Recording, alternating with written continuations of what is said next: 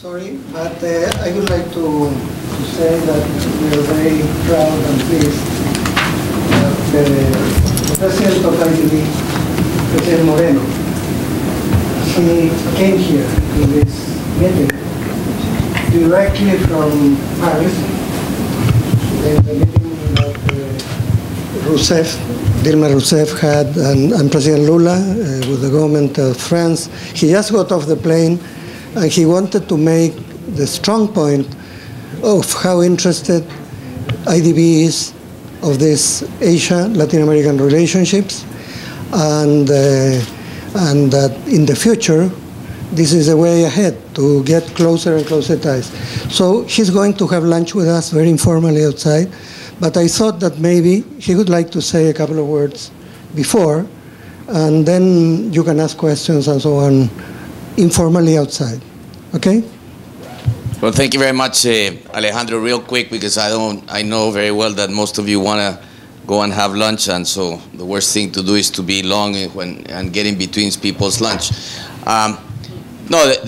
First of all, I really enjoyed your comments, and more importantly, you know, as you have probably seen, we observed a lot in Latin America what's happened in Korea, especially because, you know, the story of how many of our countries were bigger than Korea back in the 60s. But what we know today is the following. We know that world trade already is bigger within emerging markets this year than it's amongst developed countries. We know that the tendencies of the future in the next 20 years is for a global south to emerge in a bigger way. And we also know, in terms of Latin America, that there's a growing convergence of labor rates between Asia and Latin America. If you look at an average wage of a manufacturing industry, hourly wages today are about $2, between $1.90 and $2.10 in Latin America. And this is, of course, formal jobs, very important description here. That number for China is 80% of that. And for other countries in Asia is even closer. So that means that if you are to source a growing domestic market product of the huge push of consumption that is taking place in Latin American countries, there is no question that we are about to see a huge resurgence in manufacturing in Latin American countries coming from investments in Asia. Now, what's holding us back?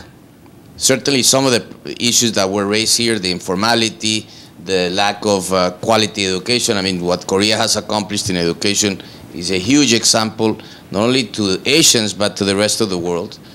But the whole question of transport and logistics. We have about double the costs at a minimum in transport and logistics than do Asian countries. And we have not really developed value chains. The one country that has been able to develop value chains is the one country in Latin America that trades the most, and that's Mexico. Mexico trades with the United States about $400 billion a year, and is largely intra-company trade. And for the reasons that Mercedes was mentioning, we need to begin to think of how to converge our rules of origin on the many trade agreements that we have if we are to be successful. So at the IDB, we, first of all, are very proud to have South Korea as a shareholder. In fact, we're going to host our annual meeting to celebrate the 10-year anniversary of Korea joining the bank in 2015. But we also had the opportunity to have China join in the last 3 years, and we actually started negotiations today with another very important Asian country who wants to join the IDB. And of course, we have Japan, who has been a very important historic partner. And we believe that we have a tremendous distance between our two regions, but a bigger distance in knowledge of both regions. And so to begin to bridge those gaps, some of the things that we've begun to do are basically very deep agreements with our sister institution, which is the Asia Development Bank, with the network of institutions in Korea and in other countries, to begin to understand the lessons on transport and logistics that Asia can provide us, the huge lessons in education, but there's also huge lessons coming from Latin America. what we've done in social policies, it's really, I think, at the lead of what most other emerging countries have done. And this is also true for a process that is taking place in Asia, which is not to be underestimated.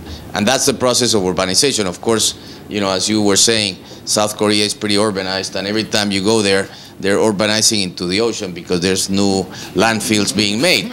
But the reality is that the process of urbanization, the average of, say, China, is 51% of the country is urbanized. And in 20 years, is going to be close to 65%. Those processes happened in Latin America, and we learned a lot, and we made many mistakes. Mistakes which many city-states and governments today are paying for in Latin America. And also in the area of social policy. So there's a huge knowledge divide and a huge knowledge opportunity. And I'm happy to be here because I think this is precisely the point, to begin to bridge those gaps. And what better place to do it than here in Cieplan. So thank you for that, Alejandro, and I leave you with lunch.